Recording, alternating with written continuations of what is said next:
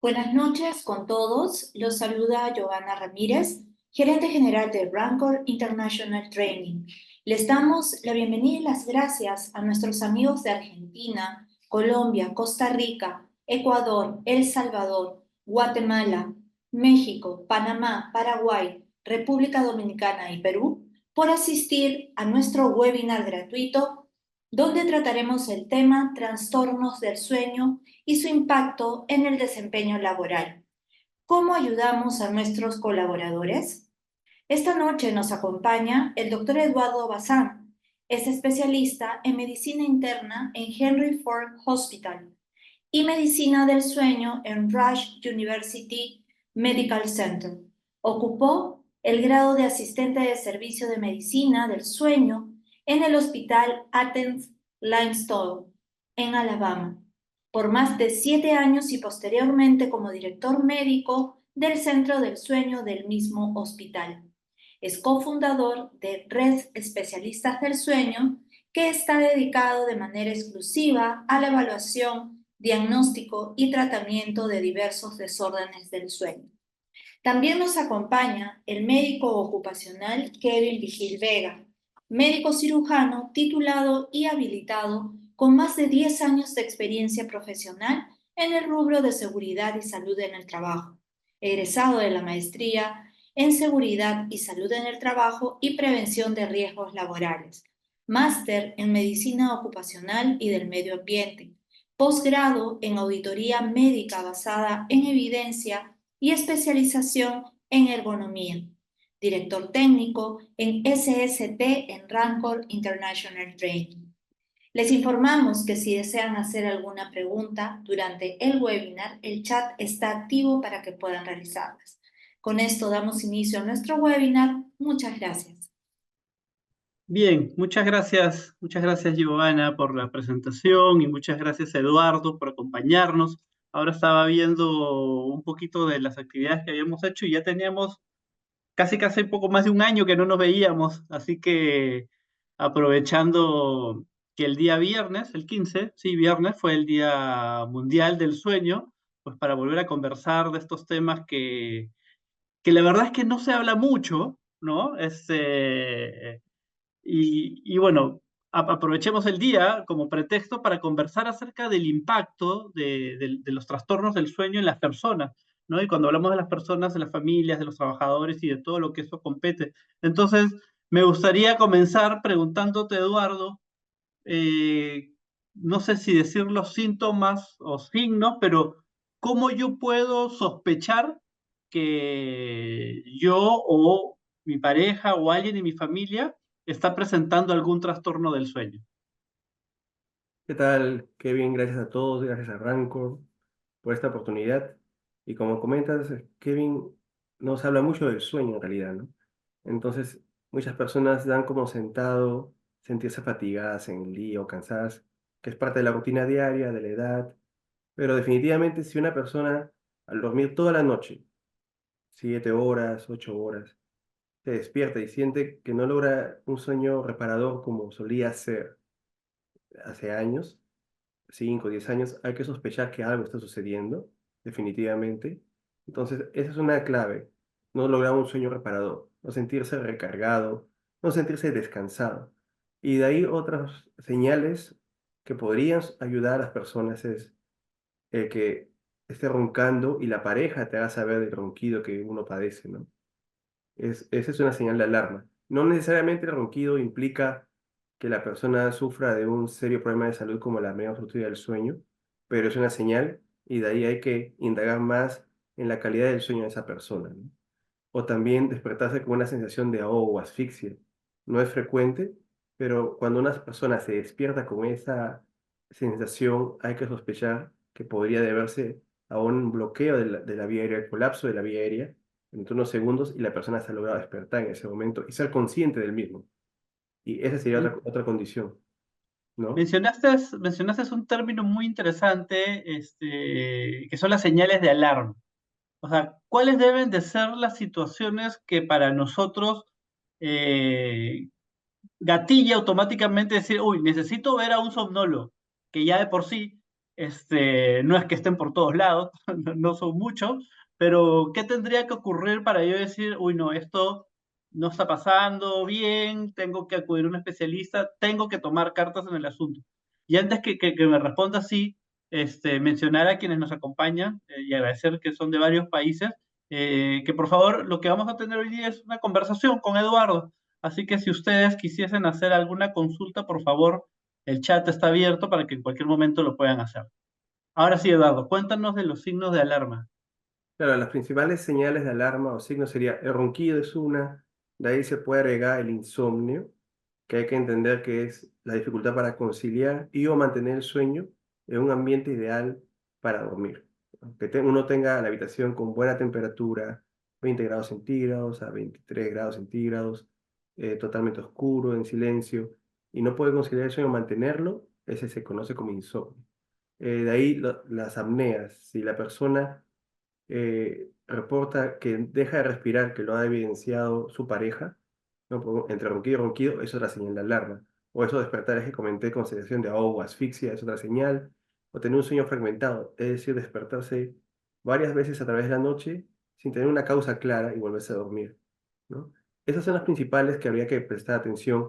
Otras que son más comunes en las mujeres, el despertarse con dolor de cabeza en las mañanas, un dolor de cabeza que se resuelve en el transcurso del día, luego despertarse también, o se queda de boca, o ir al baño frecuentemente en la noche, a miccionar y volverse a acostar, también son señales que hay que ir prestando atención, que se asocian sobre todo a la apnea obstructiva del sueño. El insomnio es también un trastorno del sueño, es el más común, lo sufre entre 10 a 12% de las personas, sufren de insomnio, y hay que buscar la causa de fondo. En muchos casos, la población actual con la globalización y el mundo moderno, estamos expuestos a la luz de equipos electrónicos constantemente, inclusive antes de acostarse, y puede ser una causa, le está expuesto a esos dispositivos, celulares, iPad, laptops, tabletas. Ah, pero también puede ser, a la manera del sueño mismo puede asociarse a insomnio, el síndrome de piernas inquietas, es otro trastorno del sueño frecuente, pero que muchas personas lo pasan por alto, sobre todo las mujeres, que es esa sensación irresistible de mover las piernas cuando uno está acostándose.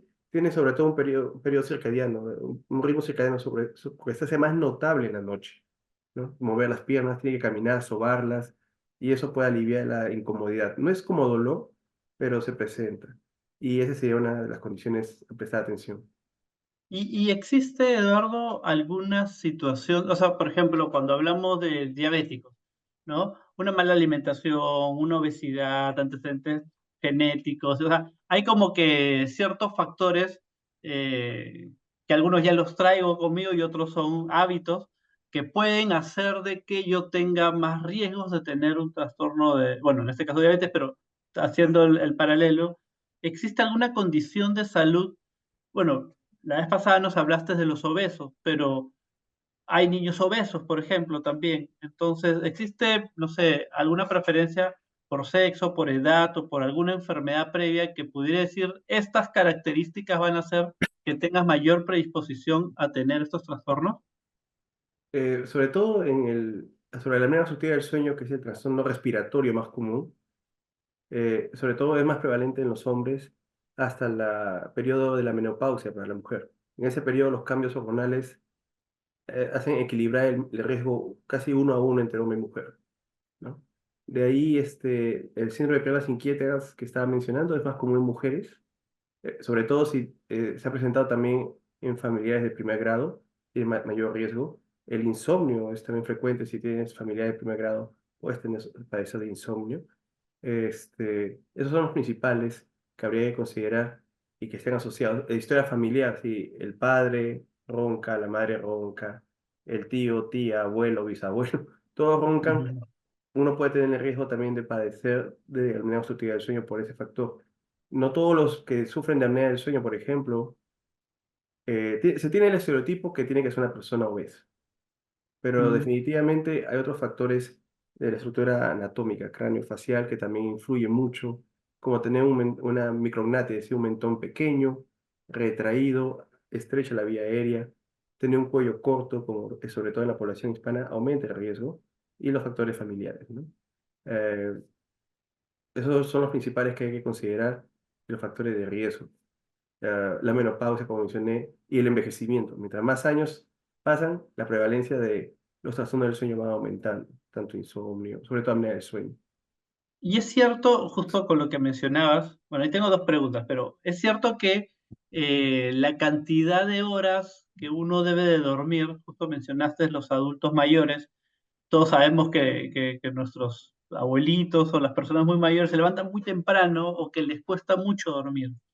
¿Es esto normal? O sea, ¿es parte del sueño normal? Y la otra pregunta era, eh, y creo que es la pregunta del millón, por lo que dijiste, es claramente entonces no es normal roncar. O sea, o existe bajo algunas circunstancias que sí sea normal. O sea, entiendo que alguien que ronca definitivamente ya hay problemas con trastorno del sueño o no necesariamente. Claro, hay varias preguntas ahí. El primero, sobre todo, durante los grupos etarios de que uno nace, pasa la pubertad, adolescencia. Los niños tienen que acostarse muy temprano, levantarse temprano. De ahí durante la pubertad hay una migración de que la fase de acostarse se avanza, o mejor dicho, se retrasa, disculpen. Entonces, tiende a acostarse más tarde de lo usual los adolescentes y levantarse más tarde. De ahí ese conflicto de ir al colegio con sueño, somnoliento, y que los adolescentes se compensan esa privación de sueño los fines de semana que duermen 12 horas. De ahí el adulto joven o de edad media ya se normaliza a acostarse a un patrón más tranquilo de 9 de la noche hasta las 6 de la mañana, se vuelve a normalizar. Y los adultos mayores también mantienen un horario pero un poco menor. No varía mucho con el adulto de edad media o adulto joven, pero la calidad del sueño se reduce en el adulto, en la persona mayor, ¿no? Hay más sueño ligero, el sueño profundo, el sueño REM, que son sueños de mayor profundidad cuando descansa, se van reduciendo. Entonces tiene mayor dificultad de mantener un sueño sólido.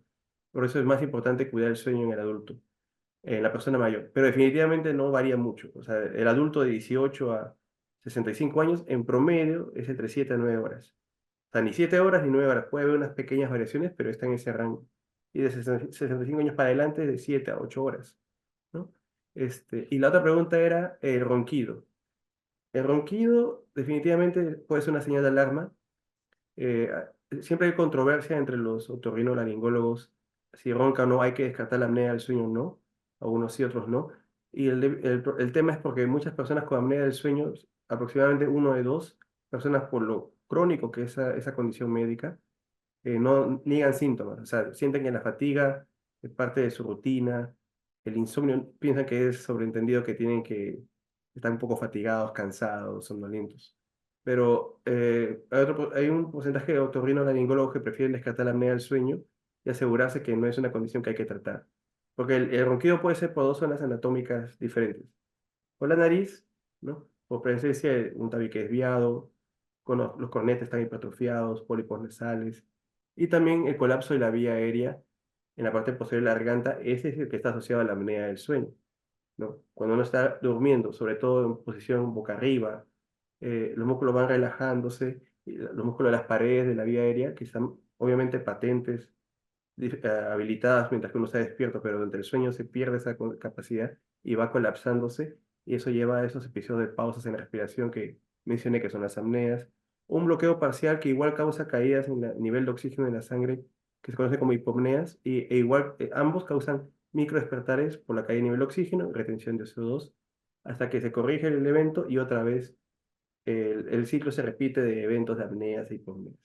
Entonces, el ronquido puede ser benigno, un problema tabique desviado o pólipos nasales, pero mi recomendación es descartar la apnea del sueño, ¿no? Por lo mismo que muchos son asintomáticos, como las personas hipertensas o diabéticos que pueden tener esas condiciones por muchos años sin saberlo. Es lo mismo con la apnea del sueño, ¿no? Es muy Acá importante. ya nos, acá ya nos van comenzando a hacer varias preguntas, algunas en el chat y otras por privado. Ujú. Y una de ellas, Ana, nos dice, con menopausia, con insomnio y con hipotiroidismo y ronquidos, ¿tiene solución esto? Sí tiene solución, hay un manejo médico. Ujú. Definitivamente no existe un fármaco que trate la apnea del sueño. Hay estudios en proceso que están evaluando ciertos fármacos que si pueden reducir la severidad del número de eventos que una persona deja de respirar en medio de la noche debido a la apnea del sueño. El tratamiento de elección y para el mismo hay que hacer un estudio de sueño. Los estudios de sueño son evaluaciones en que la persona descansa y se evalúa. O en un laboratorio de sueño que se conoce como la polisomnografía. Es un estudio muy bueno, completo, que no solamente evalúa las pausas en la respiración, sino la actividad de los ojos, la actividad cerebral para ver los estadios de sueño ligero, profundo, sueño REM, además de una actividad del corazón, movimiento de piernas, nivel de oxígeno, frecuencia cardíaca. Eh, pero es un estudio costoso, necesitas un personal muy entrenado, altamente capacitado para llevar a cabo ese tipo de estudio y que dé un diagnóstico adecuado. Y a veces el estudio puede ser dudoso o no 100% certero porque puede ser que la persona justo esa noche en ese ambiente no haya dormido las horas suficientes, puede ser un ambiente ajeno a su habitación donde suele descansar, o ha dormido solo de costado y en la noche en su casa duerme sobre todo boca arriba y ahí es cuando tiene los eventos. Entonces, es un estudio muy bueno, es el que sigue predominando en los laboratorios, pero uno que está ganando bastante empuje, sobre todo después de la pandemia, o durante la pandemia, es el estudio de poligrafía respiratoria, o el estudio conocido como HOME, de casa, Home Sleep Test, prueba de sueño en casa, que es un estudio enfocado netamente desde el punto de vista respiratorio. No detecta actividad cerebral, pero tiene sensores básicos para detectar pausas en la respiración, nivel de oxígeno, frecuencia cardíaca, movimiento respiratorio, ronquido y posición. Es un estudio que se hace en casa en las personas con alta sospecha, ¿no? Por eso es muy importante una consulta médica o breve, aunque sea un tamizaje, una evaluación rápida con un cuestionario y unas preguntas específicas para saber si amerita o no ese tipo de estudio. Ujú. Y Y por lo hacerlo en que la nos casa. dice, Ujú. y por lo que nos dice Ana, las personas que tienen hipotiroidismo tienen mayor probabilidad de trastornos del sueño. Y de repente si nos puedes contar un poquito en el espectro qué tipos de trastornos del sueño existen. Claro, el sueño es fundamental para todo ser humano. ¿Y en qué sentido? Primero, por ejemplo, el sistema inmune, ¿no? Se ha visto que personas que descansan adecuadamente, las vacunas tienen una mejor respuesta a las vacunas al dormir adecuadamente, las horas que correspondan. También es para consolidar la memoria, el aprendizaje, reparar los músculos, regenerar los músculos, repararlos, una buena salud, tanto física y mental. Y en el metabolismo también regula las hormonas tipo la hormona tiroidea, las hormonas de leptina, grelina, que son para saciedad, hambre, entre otras, cortisol también. Entonces, de ahí es muy importante, una persona con hipotiroidismo puede tener una lengua más grande, más gruesa, macroglosia se conoce, y eso puede incrementar, estrechar más la vía aérea. Entonces, es importante tratar el hipotiroidismo a la vez que la apnea del sueño sí que la presenta, definitivamente, ¿no? Esa parte creo que es lo que yo entendí. Y No hay otra que cosa es dudar. que, sí, sí, no, y otra cosa que me ponen acá y voy juntando ya algunas preguntas es si tiene que ver las personas que se orinan durante las noches o las pesadillas, si son signos de trastorno del sueño o ahí deberíamos estar pensando en otras cosas.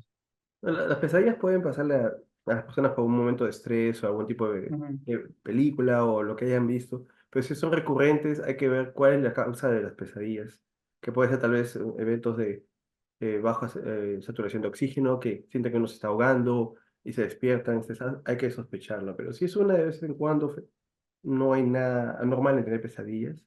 Pero la Ujú. frecuencia es lo que importa, ¿no? O tener también pesadillas, ansiedad, depresión, insomnio con pesadillas, puede asociarse con que tiene depresión también la persona. Hay que evaluar bastante, porque muchas personas que no descansan bien se sienten más solas, menos energía, un poco de abandono o de dejadez, ¿no? O sea, no quieren avanzar. El sueño influye mucho en el humor, en el ánimo de las personas también, definitivamente, o el control del estrés, ¿no? Es, Con quiénes más juegan en pared los somnólogos? ¿Con qué especialistas es- suelen trabajar no es más? importante porque el somnólogo tiene que trabajar bastante con otras especialidades como medicina ocupacional también, con los trabajadores, como mencionabas, es muy importante que tengan un descanso adecuado los trabajadores. y el trabajo entre medicina ocupacional y el somnólogo es importante. El cardiólogo, muchas personas que son hipertensas tienen apnea del sueño. 3 a 4 personas con apnea del sueño son hipertensas. Y si son hipertensos, sobre todo en las noches, no en el transcurso del día, sino hipertensión nocturna, 8 de 10 pueden tener apnea del sueño, porque es una presión arterial que no baja en la noche, o que tiene picos y no baja adecuadamente, hay que sospecharlo. Y como menciono, muchos de ellos no niegan los síntomas, o que tienen arritmias cardíacas, sobre todo una que se conoce como fibrilación auricular, casi 1 de 2. Insuficiencia cardíaca, que es una debilidad del corazón en bombear apropiadamente o en relajarse adecuadamente, 2 de 3 pueden tener Y síntomas. ahí es la hipertensión, es la arritmia, es estos trastornos cardíacos, consecuencias de la apnea del sueño y los trastornos del sueño, o al revés, o estos problemas cardíacos son los que originan estos problemas cardíacos. Más que nada, la apnea del sueño lleva a un Ya. incremento de catecolaminas, que lleva a Ujú. incremento de hipertensión, ¿no? También lleva a la caída en el nivel de oxígeno, libera algo que se conoce como estrés oxidativo y que lleva también a disfunción de los vasos de la sangre y que eso lleva también a incrementar la presión, ¿no? Entonces Y están ya que asociados. estamos hablando de esto, no sé si nos puedes dar un panorama, porque hablamos de los temas cardíacos, pero seguramente es una serie de enfermedades o consecuencias, mejor dicho, de no dormir adecuadamente, ¿no? ¿Cuáles son las consecuencias de alguien que tiene estos problemas para conciliar el sueño de manera crónica? Claro, los efectos inmediatos es fatiga, cansancio, daño cognitivo, ¿no? En el desenvolvimiento de sus actividades. De larga data va a aumentar el riesgo de hipertensión, ¿no? Como mencioné, arritmias cardíacas, resistencia, sobrepeso, obesidad por los cambios hormonales de las hormonas que controlan el apetito o las que la libera el apetito, resistencia a insulina, intolerancia a la glucosa, diabetes. También por el incremento de cortisol también. El insomnio también lleva también a eventos de accidente cerebrovascular, ¿no? Infarto cerebral, y la capacidad de eliminar las toxinas a nivel del cerebro que se realiza durante el sueño también está afectado por tener una privación de sueño por la causa que sea, ¿no? Apnea del sueño, síndrome de piernas inquietas o simplemente un mal hábito de dormir las horas suficientes. Se acumulan estas toxinas, a la larga hacen daño cognitivo y está demostrado que llevan a demencia. Entonces, a la larga influyen en muchos aspectos y también depresión clínica, es decir, manejo médico. Cuando se trata de la condición de fondo de sueño, el trastorno que sea, la depresión puede reducirse en los síntomas y severidad. También puede ayudar a reducir la dependencia en sustancias para dormir. Muchas personas toman o ingieren alcohol para combatir el insomnio que tienen, o nicotina de los cigarrillos, o hipnóticos o sedantes. Y, por ejemplo, con la apnea del sueño, un estudio de la Academia Americana de Medicina del Sueño hace unos años, 7, 8 años, mostró que los pacientes que usaban el equipo de tratamiento, el CPAP, tenía un porcentaje significativo en caída de dependencia a sustancias, ¿no? Y la depresión en sí estaba más controlada. Entonces sí, influye, el sueño influye en todo aspecto de la vida, totalmente. Interesante. Interesante Ujú. porque justo también había algunas preguntas acerca de sustancias relacionadas para dormir, ¿no? Algunos hablan de algunas benzodiazepinas, clonazepam. Por ahí hay una pregunta específica por la melatonina, que ahora venden gomitas de eso. Entonces, Sí. ¿qué podrías decirnos sobre estas medicinas? También yo conocí un caso de una persona que si no se fumaba un cigarro, no se podía ir a dormir. Ujú. Entonces, ¿es buena idea, es mala idea? ¿Qué consecuencias pudiera haber? La melatonina está muy de moda últimamente. Y primero ¿Qué experiencia? sí, la melatonina es una hormona que se secreta todas las noches en la glándula pineal a nivel del cerebro, eh, porque está regulado por el ritmo circadiano, número uno. Y las dosis que uno necesita secretar son bien bajas.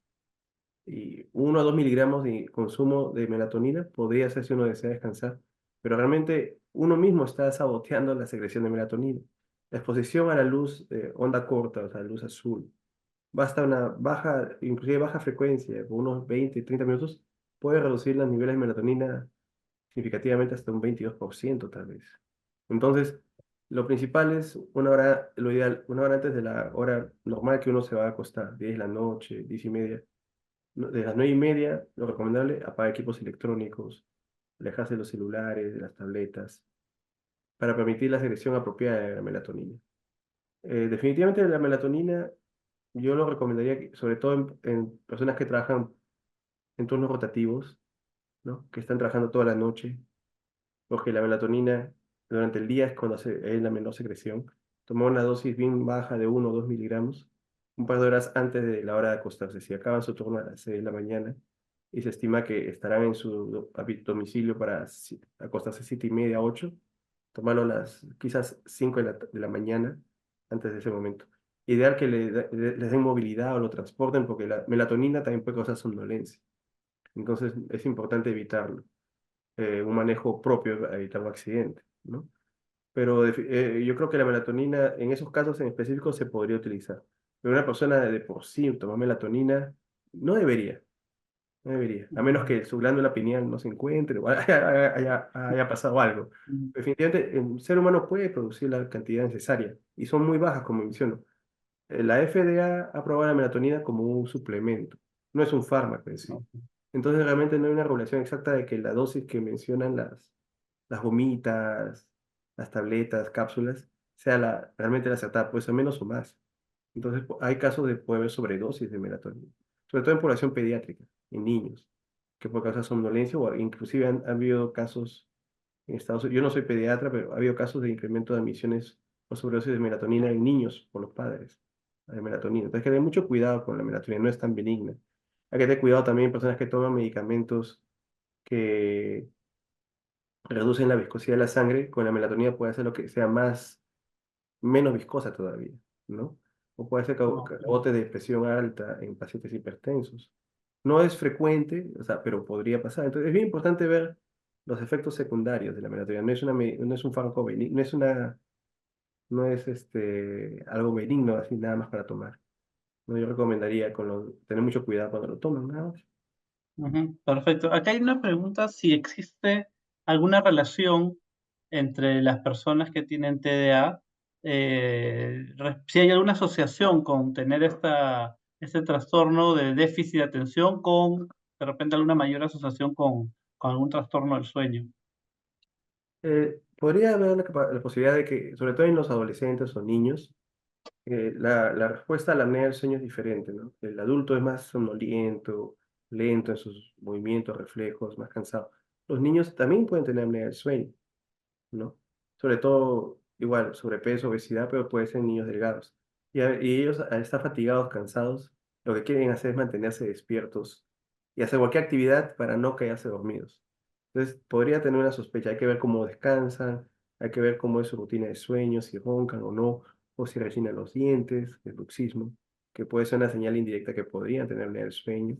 Y la historia de familia, quizá el padre ronca y no sabe que tiene apnea del sueño, y el niño está roncando también. Puede pasar. Entonces, hay que prestar mucha atención a los síntomas. No quiero decir que todos los que tienen TDA tienen apnea del sueño, pero podría ser una causa, ya que evalúa la calidad del sueño de ese niño, ¿no? Y el bruxismo que Adolescente. lo mencionaste ahora es también porque ahí vamos tocando cada vez más y vamos cayendo todos, creo, por algún motivo. ¿Es algún síntoma también de que no estamos durmiendo bien? Es controversial. Algunos dicen que es un síntoma, una señal, y otros dicen Ujú. que es una manera que el mismo organismo trata de defenderse del colapso de la vía aérea al contraer los músculos y causando ese rechinar de dientes. Todavía no se sabe, pero es una señal indirecta. Tengo pacientes que tienen bruxismo, sobre todo nocturno, ¿no? A veces hay Ujú. personas que tienen bruxismo durante el día también por el estrés. Eso, estamos hablando sobre todo del bruxismo nocturno. Y eso también lleva a bastante disfunción temporomandibular o tensión de las articulaciones y podría estar asociado en ciertos casos a apnea del sueño, ¿no? Entonces, sí, es factible. Es bien posible que puedan tenerlo, ¿no? No digo que sea al 100%, pero es una señal más de hay que preguntar si tiene bruxismo o rechina los dientes. No, hay que preguntar también. O reflujo nocturno. Son más detallados porque cuando uno tiene colapso de la vía aérea, no pasa el aire a los pulmones y el tórax se expande, incrementa la presión dentro de los pulmones para permitir que se venza esa barrera que impide el flujo de aire. Y eso puede llevar también un poco de reflujo en ciertas ocasiones, despertarse con sibilancias o acidez, ¿no? Y si queremos, me imagino que hay diferentes categorías, ¿no? Y eso ya se ve en la consulta. pero si queremos, digamos, trabajar en hábitos para tener una buena calidad de sueño, ¿cuáles serían ahí los tips de esto deberíamos de hacer y esto bajo ninguna manera deberíamos de hacer antes de dormir, qué sé yo, ¿no? ¿Qué pautas deberíamos de seguir para tener no solo dormir, sino llegar al sueño REM, como mencionas, para tener una mejor calidad de sueño? No, excelente. O sea, definitivamente eso se conoce como la higiene del sueño. Ujú. Entonces, son todos esos hábitos saludables que permiten que la persona pueda conciliar el sueño sin dificultades y de ahí mantenerlo a través de la noche. Y hay que prestar atención de que lo que uno ingiera, o sea, como alimentos, bebidas, la actividad que uno realiza en el día a día puede influenciar, porque también bastante influye nuestro ritmo circadiano en todo ese proceso, además del proceso homeostático, que son otros temas importantes del sueño, pero en la noche, sobre todo, evitar equipos electrónicos, ¿no? Una hora mínimo antes de acostarse. Quizá 30 minutos antes. Nada de televisión. Muchas personas tienen el equipo, la televisión de 40 pulgadas en la habitación. Lo recomendable es llevarlo a la sala. ¿Para qué? La habitación es solamente para dormir o para la intimidad, ¿no? El ambiente sea ideal para relajarse, calmarse, leer un libro, conversar, ¿no? La cena, una cena ligera, cuando digo una cena ligera, en bajo cantidad de carbohidratos, un poco de proteínas, evita embutidos en las noches que pueden alterar el sueño o los componentes que tiene, unas 2 a 3 horas antes para que la digestión se lleve a cabo sin dificultad y no limite el consumo del sueño en un par de horas a 3 horas. Ejercicio es muy importante. Cada persona va a determinar a qué hora es la mejor para hacer ejercicio. Y es muy importante porque incrementa lo que se conoce como el sueño profundo, ¿no? Un porcentaje. Les permite que la persona duerma más sólido.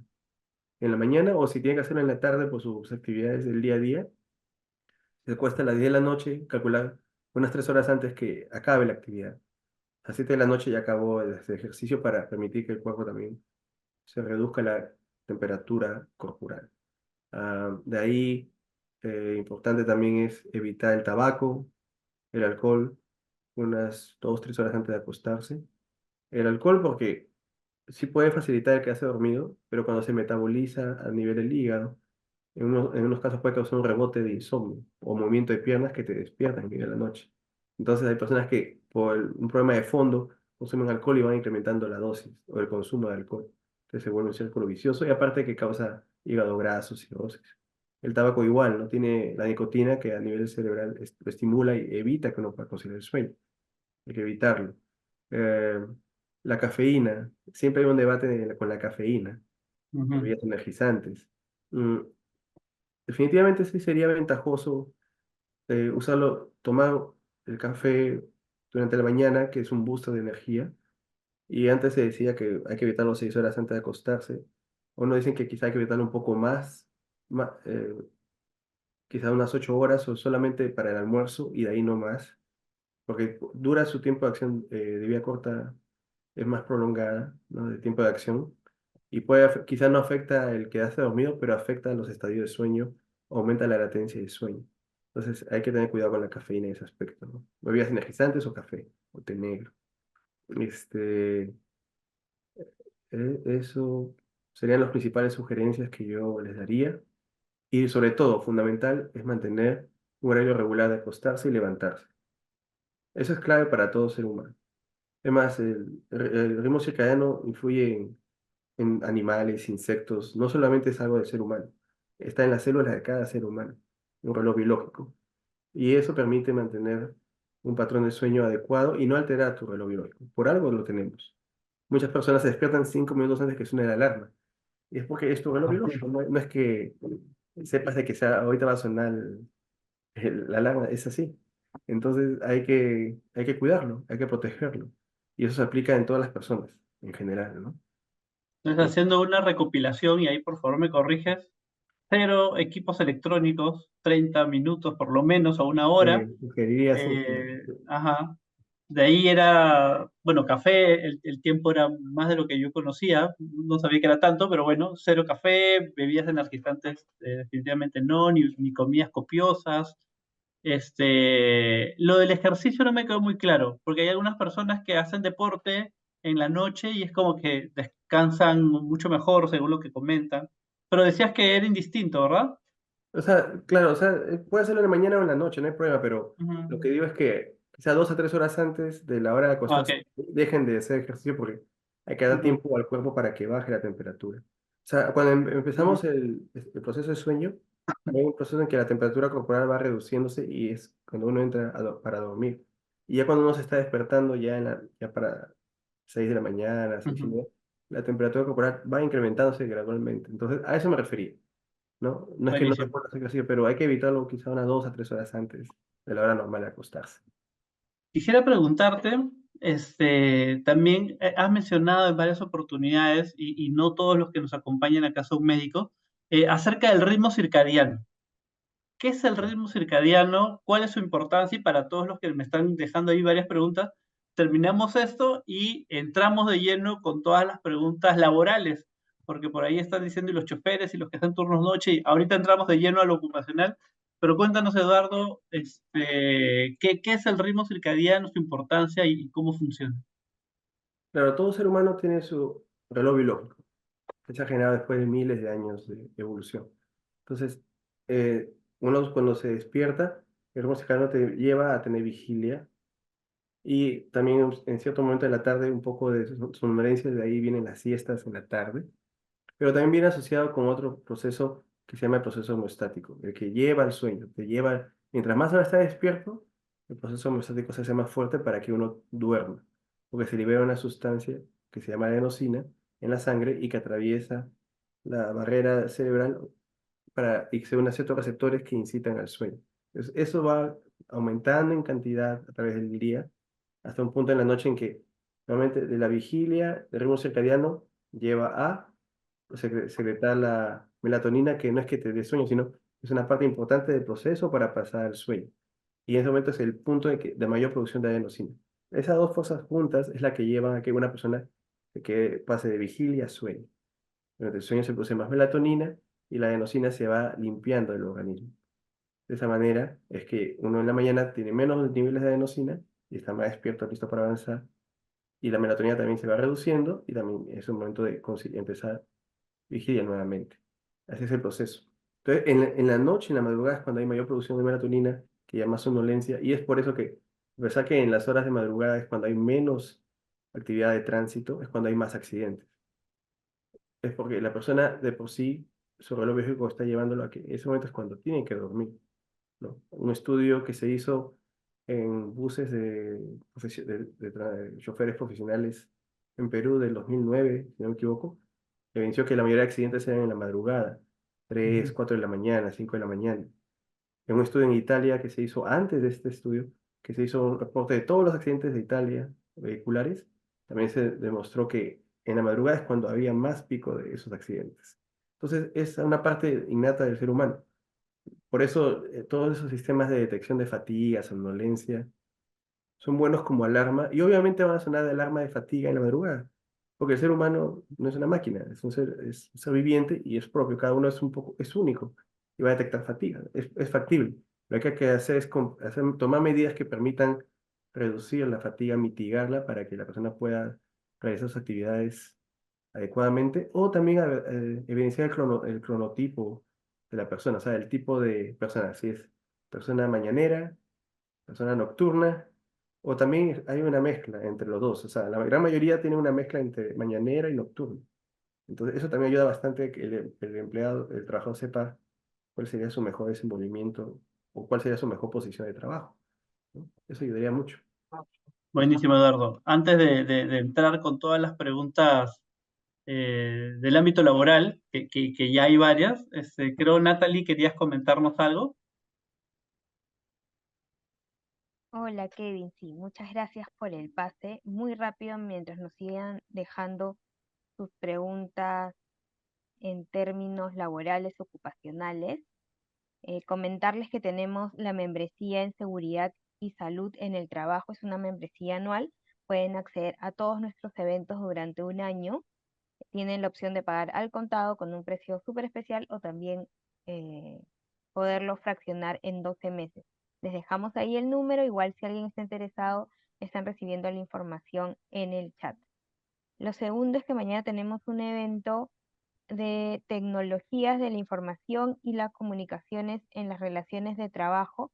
Tienen una oferta súper especial solo para los que se han inscrito el día de hoy. También les estamos enviando la información en el chat y de todos modos el día de mañana les mandamos un mensaje personalizado a cada uno con la oferta. Si alguien quiere la información antes, por favor nos escribe de inmediato y estamos para atenderle. Uy, aquí me he equivocado, así que al final hago el repasito del evento que tenemos mañana contigo, Kevin. Que igual tenemos una Listo. oferta para ustedes. Gracias, Natalie. Bien, Eduardo. Vamos a ordenar porque han llegado muchas preguntas respecto a temas laborales. La primera y que se Ya. repite varias veces es el tema de eh, ¿qué prueba o screening recomiendas para poder identificar si tengo un trabajador que está presentando fatiga y somnolencia? Bueno, Porque hay, primero, perdón, dale. hay uno que es el test de Berlín, creo, que te pregunta, ¿estás con sueño mientras conduces? ¿Estás con Sí, sueño mientras ves tele? Y alguien que quiere entrar a trabajar claramente va a poner no. todo bien y no, ¿no? Sí, Pero hay sí, sí. algo menos subjetivo que eso. Eh, los cuestionarios que se utilizan bastante es el de Berlín, ¿no? Ujú, El de Edwards, la escala de ujú, somnolencia de Edwards, que es muy común también. Y otro que utilizo yo bastante es el Stop Bound, ¿no? Eh, uso el Stop Bound sobre todo porque tiene alta sensibilidad, no especificidad, pero tiene alta sensibilidad. Y en base a las preguntas, son 8 preguntas. Si responde sí a 3 o más, hay que evaluar descartar la apnea del sueño, que es una de las trastornos del sueño más común que habría que descartar. O sea, si ronca fuerte, fatiga o sueño, si ha dejado de respirar o hay evidenciado también si sensación de ahogo, asfixia mientras duerme, historia de hipertensión arterial. El índice de masa corporal es importante. La población peruana, 1 de 4 es obesa, ¿no? Cuando el índice de masa corporal es 35 o más. La edad, mayor de 50 años, un cuello grueso, dependiendo de mujer y hombre, dependiendo de los centímetros de circunferencia, y ser varón, ¿no? Si tiene 3 o más, hay que ujú. descartar la apnea del sueño, a pesar que niegue síntomas o diga que no tiene fatiga. El Edward es un cuestionario que es bueno si es que es positivo, pero no es que te detecte apnea del sueño, puede ser simplemente privación de sueño o otra condición médica asociada a trastorno del sueño como narcolepsia o hipersonia patológica, si se conoce. Pero si quieres algo objetivo de verdad en el trabajo, Ujú, hay una experiencia muy útil de otro país, de Chile, por ejemplo, que empresas mineras, que se podría aplicar también en choferes comerciales, profesionales, se les hizo a todos un tamizaje, ¿no? O sea, un cribado, buscar a las personas con riesgo de apnea del sueño o con saturación de oxígeno en la noche, un pulso oxímetro, el control nocturno y ver el número de eventos por hora. Si tienen un número significativo, se procedía ya con evaluación médica y un estudio de sueño. Y ahí se detectaba. Como tú comentas, no van a decir que no tienen fatiga, no tienen sueño, no ujú. roncan, no tienen apneas, nada, todo está perfecto. Entonces, es lo que yo diría. Yo diría un estudio objetivo, un tamizaje objetivo. Y el pulsoximetría de sueño nocturna es el estudio de sueño 4 más básico. Es el que yo apoyaría, ¿no? ¿Será posible que nos pongas por el chat el nombre de la prueba que nos dijiste que es la que recomiendas? O sea, sí, No es me lo que hago acuerdo. con algunos pacientes. Ujú, Pulsoximetría de sueño nocturna. No es como una banda, perfecto. Ujú, pulsoximetría de sueño nocturna, que se une a un pulsoxímetro en el dedo, o sea, y mide no solo la saturación de oxígeno, sino el índice de saturación de oxígeno, que es o sea, cuántas veces el oxígeno cae 3% más por hora. Y de una manera indirecta se asocia bastante a un estudio de polisonografía con respecto al mismo del estudio, ¿no? Más menos dos, ¿no? O con la poligrafía perfecto. respiratoria. Ese es el estudio más objetivo de tamizaje, diría yo, ¿no? Detectar a la gente con riesgo. No es que confirma el diagnóstico, pero detecta los que tienen riesgo. Y eso sí Perfecto. es lo objetivo, los números no mienten y es la mejor manera de detectarlos, ¿no? Buenísimo. Y lo que también nos están preguntando mucho es si estoy en una fábrica o en una industria donde tengo que hacer rotaciones, ¿cómo recomendarías tú hacer estas rotaciones? ¿no? Alguna vez escuché y ahí por favor, si tienes más información nos comentas, hacerla de manera antihoraria, ¿no? Otra persona decía, no sé, una semana de día, una semana de tarde, una semana de noche, o un día, un día, un día, un día. Si se tiene que hacer, lo ideal es que no se haga, pero si se tiene que hacer rotación de turno, ¿cuál sería la manera en la cual genere menos impacto sobre la salud de los trabajadores? O de repente, ¿cuánto tiempo tarda en uno poder cambiar su ciclo circadiano para que no te afecte y de repente, porque de repente mientras que te estás acostumbrando al nuevo turno, ya te lo volvieron a cambiar? Sí. Entonces, ¿qué, Así. qué, qué, qué pauta nos darías sobre eso? Claro, la fatiga y somnolencia hay que entender que no son lo mismo, son como primos. Fatiga es la carencia de energía física y o mental que implica un esfuerzo adicional para llevar a cabo la actividad que uno necesita. La somnolencia es ese esfuerzo para mantenerse despierto por el cabeceo constante o el pestañeo, ¿no? La fatiga es muy común, ¿no? Ahora, las causas son amplias, o sea, no solamente es el sueño, puede ser condiciones de salud, en el ambiente en que uno trabaja, la altitud, la temperatura, ¿no? ¿Cuántos días de trabajo tienen? Mientras más días, no puedo decir los días exactos, pero mientras más días trabajan, Ujú, más riesgo de fatiga tienen. Mientras más horas trabaja por día, también aumenta el riesgo. O sea, 12, 14, 16 horas ya hay una fatiga, ¿no? Entonces, hay que prestar mucha atención a eso. Lo ideal sería también que los días de descanso puedan equilibrar los días de trabajo para que uno pueda recuperar las horas que quizá no haya dormido, sobre todo si trabaja de noche, ¿no? O un turno rotativo. Tengo trabajadores que trabajan 5-3, 5-4. Entonces, ujú. en 4 días está acomodando, está por fin durmiendo un poco más y ya regresa al trabajo. Entonces, hay una privación crónica de sueño. Entonces, ese es el tema con los turnos rotativos. eh, es una actividad laboral que no puede detenerse, pero se está viendo que el impacto va a ser muy pronto, desde el punto de vista de salud, significativo. Depresión, ansiedad, cáncer, hipertensión, diabéticos, apnea del sueño, y muchos tienden a tener, son más obesos, ¿no? Eh, insomnio, accidentes laborales.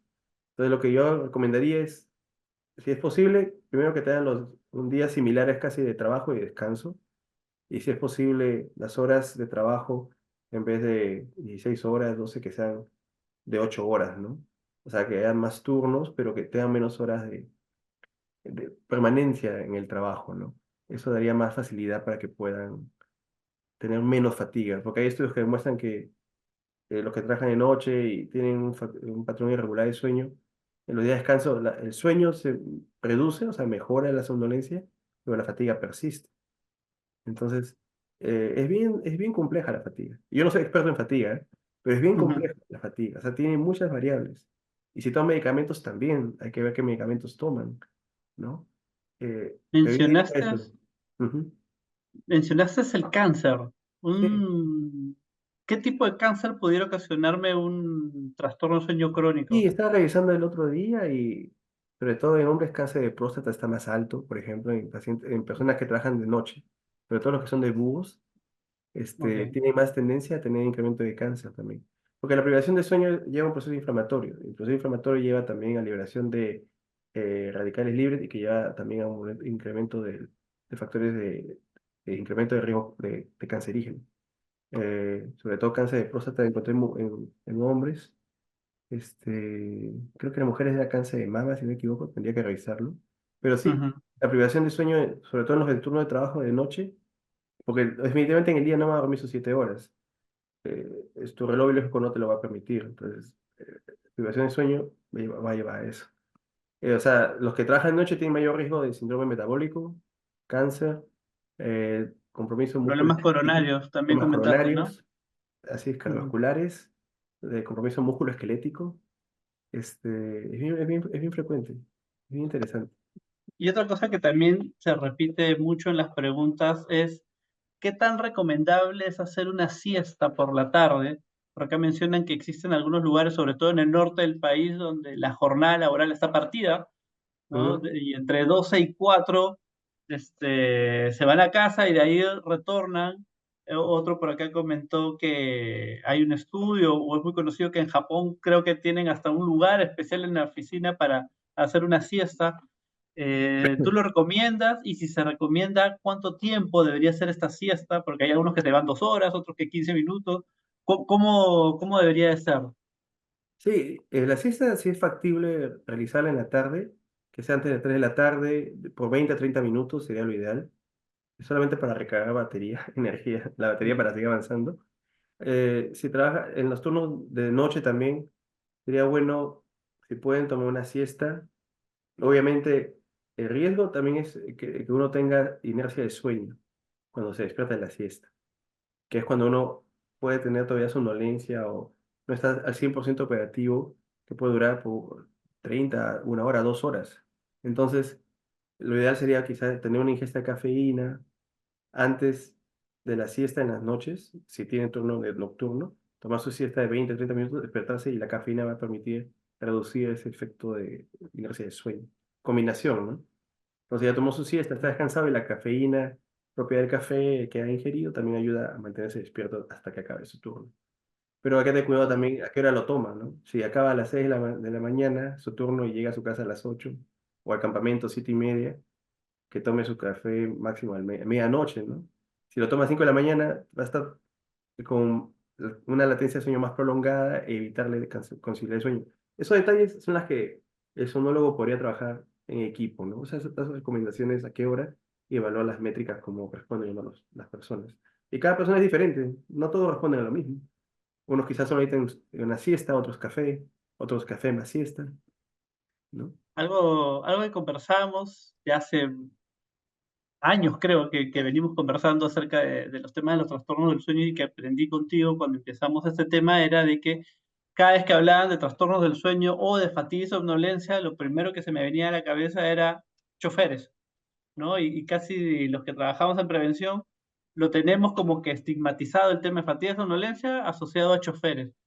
Pero contigo vimos de que no necesariamente es solo choferes, sino tiene que ver también con personas en turnos rotativos o en turnos nocturnos, o incluso nos hiciste ver el tema de personas que trabajan de día, pero que tienen el apnea del sueño y de repente no duermen bien, ¿no? Entonces, ¿de qué manera uno puede darse cuenta o cuáles son las consecuencias, más que solo el impacto a la salud que lo has mencionado, lo has descrito muy bien? Sobre unos malos hábitos de descansar, de dormir, ¿no? Sobre todo conductuales. Este, Hay mucha bibliografía relacionada a malos hábitos de sueño con aumento de la accidentabilidad, ¿no? Entonces, no sé si nos puedes comentar de repente alguna experiencia en alguna empresa donde se haya podido intervenir y qué resultados hubieron. No sé, había una empresa que me pidieron asistencia para un trabajador que no rendía bien en la noche. En su turno diurno sí te rendía muy bien y en la noche no. Y no era de conductor, pero era de los que dirigía el control de todos los equipos de carga, ¿no? Saber cuándo uno avanzaba, el otro paraba. Él tenía que estar en ese tipo de servicio. Pero no podía conciliar el sueño. De día no dormía, a pesar de tener medicamentos, fármacos. Y básicamente él padecía de un trastorno de sueño por turno de trabajo. O sea, las personas tienen la tendencia a no acoplarse bien a los turnos de noche y dormir de día no es suficiente. En el caso de él era su reloj biológico era bien preponderante y no puede dormir. Entonces no dormía 2 horas, 3 horas nada más. Y su riesgo aumentaba cada noche que no dormía. Entonces al final, primero se le descartó la apnea del sueño porque tenía historia de ronquido. Era un ronquido primario, se hizo el estudio y después se evaluó que pase de noche a día. Y cuando pasó a día, su trastorno de sueño de todo el trabajo se normalizó, ¿no? Y ya pudo trabajar normal. Pero es así, o sea, hay casos bien severos que no pueden, su cronotipo les impide adaptarse, ¿no? Y, ¿Y y es así. existe algún periodo de tiempo o sea, mínimo en el cual uno puede decir, si yo comienzo a trabajar ahora de noche y cambio totalmente, invierto mi ciclo circadiano, ahora voy a trabajar de noche y descansar de día, un periodo de tiempo en el cual el cuerpo se acostumbre, ¿no? Arturo nos dice concretamente, después de cuántos días de turno noche ya el cuerpo estaría adaptado. Ah, pues, ¿Hay algún dato exacto o algún estudio sobre ello no he que encontrado un estudio que se conozcan? adapte. Lo que pasa es que no es que se adapten, sino ese trabajador que trabaja de noche empieza a ganar experiencia en lo que tiene que hacer para minimizar los riesgos. Es lo que se conoce, ¿no? O sea, hay estudios que sí demuestran que entre los que trabajan de noche más jóvenes, que recién empiezan, y los que tienen años trabajando de noche, los que son jóvenes tienen más riesgo de accidentes, porque no es que los otros se hayan curado y ya duermen bien de día, sino que se adaptan y ya saben cómo tomar los pasos necesarios para evitar una potencial lesión durante el trabajo, ¿no? Un incidente o accidente con la experiencia. Saben qué tienen que hacer, qué pasos hacer para minimizar el accidente. Es más que nada la experiencia. No es que se resuelve el tema y ya duermen bien de día, ¿no? Eso no se da. Acá nos pregunta Sofía, a mí me pasa que duermo pero no descanso y estoy fatigada y tengo que tomar bol o Red Bull o chocolate para levantarme, si no me duermo. ¿Cómo puedo controlar ello? Bueno, primero, si duerme y no se siente descansada, como comentábamos, sería bueno una evaluación para saber la causa. Mm. Puede ser, como es mujer, no necesariamente quiere decir que sea apnea del sueño, pero podría ser quizá un trastorno del sueño, como si de personas inquietas, o simplemente hay que ver cómo duerme o cuántas horas duerme, cómo es su patrón de sueño. Hay que hacer quizá un diario de sueño y monitorizar la rutina que tiene, ¿no? Entonces, sería muy importante. Una persona que tiene fatiga y somnolencia, hay que ver sobre todo si tiene trastorno de ritmo circadiano, ¿no? Personas que quizás normalmente tienden a dormirse más tarde de lo usual y deberían levantarse más tarde, pero no pueden por el trabajo. O también una obstructividad del sueño. O también hay que ver si toman algún tipo de medicamento que afecte el sueño. Hay medicamentos que o causan vigilia o causan somnolencia, ¿no? Y si tienen condiciones médicas que pueden predisponer, condiciones crónicas que causan dolor, pueden llevar a fatiga también, ¿no? Entonces, es muy importante toda la historia clínica detallada para saber la causa de fondo. Perfecto, acá me hacen una pregunta bastante interesante, muy buena la verdad Luis, que me lo pone por acá es, eh, si yo voy a poner a trabajar a alguien, de repente soy el gerente de operaciones o no sé, la persona que le toca decidir quién va de noche y quién va, o sea, va a trabajar de noche, ¿existe algún criterio médico con lo cual yo diría a esta persona, o un criterio de aptitud, como llamamos los médicos ocupacionales, a esta persona no podría ponerla a trabajar de sueño porque le aumento su riesgo a X enfermedad? O sea, alguna persona con cierta patología que poniéndola a trabajar de noche pudiese agravar su situación.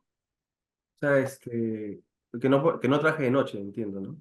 Claro, que si la hago trabajar de noche, pudiera generarle alguna consecuencia de salud. De repente con alguna preexistencia, no lo sé. Bueno, con la apnea del sueño no es que no se limite el trabajo, simplemente hay que tratarlo Mm, adecuadamente, hacerle la evaluación, diagnóstico y tratamiento. Y si se mm. hace si la persona, el trabajador, se concientiza y sabe de su condición médica y se trata de manera regular y se sigue con el médico somnólogo, no habría ningún punto de vista de contraindicación para que siga trabajando, ¿no? Pero tiene que mostrar buena adherencia, ¿no? Y está seguro que la apnea del sueño está bien controlada. O sea, no ¿Y es una... cuánto, Ujú. lo que has dicho es muy importante? ¿Y cómo puedo medir una buena adherencia al trabajo nocturno? Sobre todo hay pacientes o trabajadores que cuando tienen fatiga, somnolencia, o privación de sueño o un trastorno de sueño, tienen más presentismo, ¿no? Entonces ahí se ve la productividad, básicamente se ve en que ese ausentismo que tiene antes de tratar el trastorno de sueño que tuviera, se va reduciendo. Hay estudios que demuestran de que, no sé, en Perú no he encontrado, pero la Academia Americana de Medicina del Sueño hizo un estudio en que los que tenían apnea del sueño y se trataban adecuadamente, y eso que no lo hicieron con insomnio ni síndrome de personas inquietas, solo apnea del sueño. Su ausentismo se reducía 1,8 días anuales. O sea, en vez de faltar 5 días, faltaban solo 3 días, 3,2 días. Entonces, le hicieron un seguimiento a ellos. hizo productividad, hicieron valores específicos de productividad y vieron que su rendimiento también mejoró. Aparte que evaluaban también su calidad de sueño con ciertos cuestionarios que veían cómo era su sueño antes y después, ¿no? Del tratamiento. Entonces, así lo evaluaron. Entonces se demostró que sí, sí había incremento de productividad, se reducía el ausentismo y eso al final beneficia bastante a la empresa y al trabajador, ¿no? Buenísimo. Bien, Eduardo, nos siguen llegando muchas preguntas, ya estamos sobre la hora. Vamos a escoger Sí. una última. Definitivamente tenemos ahí en Bambalinas conversando ya hace bastantes meses el tema de hacer un curso acerca de vigilancia de la salud en temas de fatiga y somnolencia. Así que tendremos que volvernos a poner sobre eso y ver si es que ya para la segunda mitad del año lo sacamos adelante, que es lo que nos vienen solicitando también. Y como tú decías, no hay muchas personas con criterios técnicos para poder hablar sobre eso. Así que de repente por ahí vamos coordinando la interna.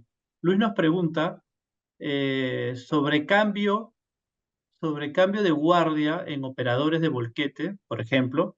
Hemos visto con el doctor Bazán que el que trabaja de noche el sábado y le toca cambio, duerme en el día del domingo, pero para entrar a laborar el lunes por la mañana, tiene pocas horas de haber dormido la noche del domingo. Valido entonces el manejo administrativo de sumar horas del domingo, pero sobre todo el estado real del operador. ¿Existe algún, bueno, sobre esta consulta de Luis, qué le podrías recomendar? No, ahí importa bastante, como tú mencionaste, hacer capacitaciones o cursos de fatiga y somnolencia, porque ya sería el trabajador que tiene que entender. Tú pasas de día a noche, entonces Ujú. trata de mantenerte hasta lo más tarde posible para conciliar el sueño más tarde en la madrugada y así el día siguiente mantienes el patrón para que empieces tu turno de noche. Pero eso es bastante que el trabajador entienda. Hay estudios que demuestran que la empresa sabe bien lo que hay que hacer, los supervisores, el gerente de riesgo, de área de todos saben lo que hay que hacer, pero el trabajador es el que hay que educar, hay que enseñarle. Y también eso puede partir desde la casa. Muchas veces hicimos un piloto una vez en Trujillo y con una banda para monitorizar las horas de sueño. Y a veces no dormían, pero cuando los contactamos para ver cuál era el motivo de las horas insuficientes, era la familia, ¿no? La esposa lo despertaba para que haga una actividad o que haga otro tema. Entonces, es bastante también enseñar a la pareja o el entorno en el que duerme también, que tiene que dormir sus horas mínimas, ¿no?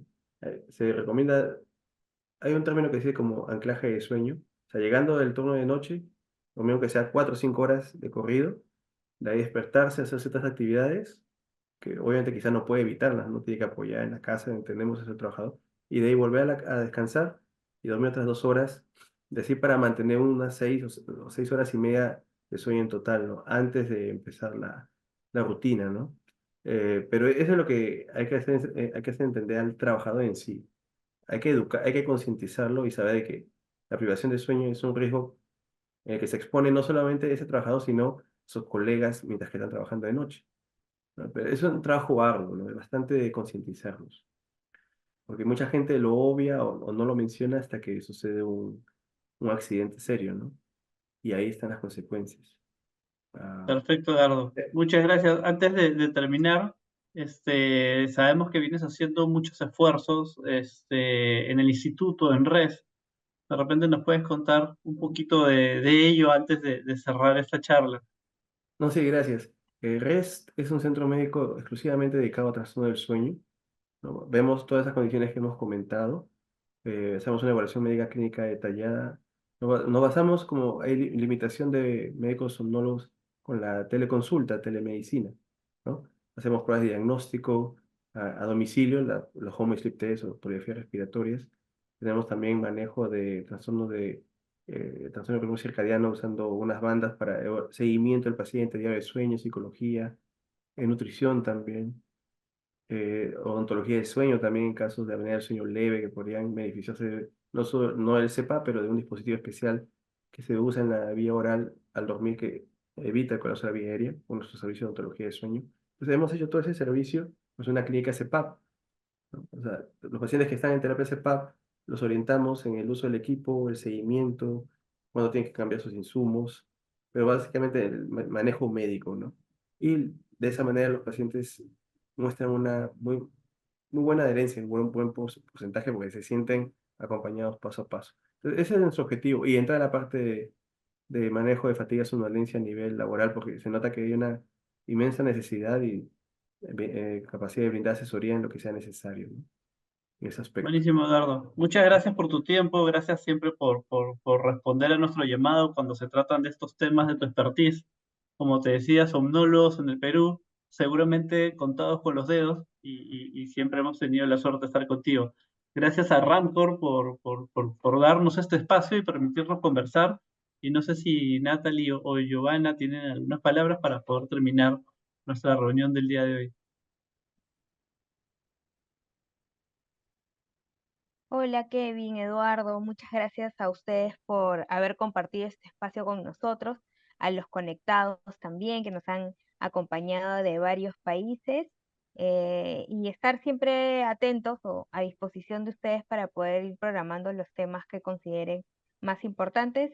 Y ya para cerrar, tenemos el día miércoles con Kevin, enfermedades profesionales nexo causal, también hemos preparado una oferta especial para todos, así que si alguien desea nos escribe inmediato. Muchas gracias, Eduardo, en especial por este espacio con nosotros. Estamos seguros que todos han sacado bastante provecho. Y nos vemos en otra oportunidad. Que no pase tanto tiempo para programar lo Hasta siguiente. Ok, luego. ok, ok. Chao, gracias. No, Chao, muchas buenas gracias a todos. noches. Muchas gracias a todos. Buenas noches a todos. Que descansen. Buenas noches.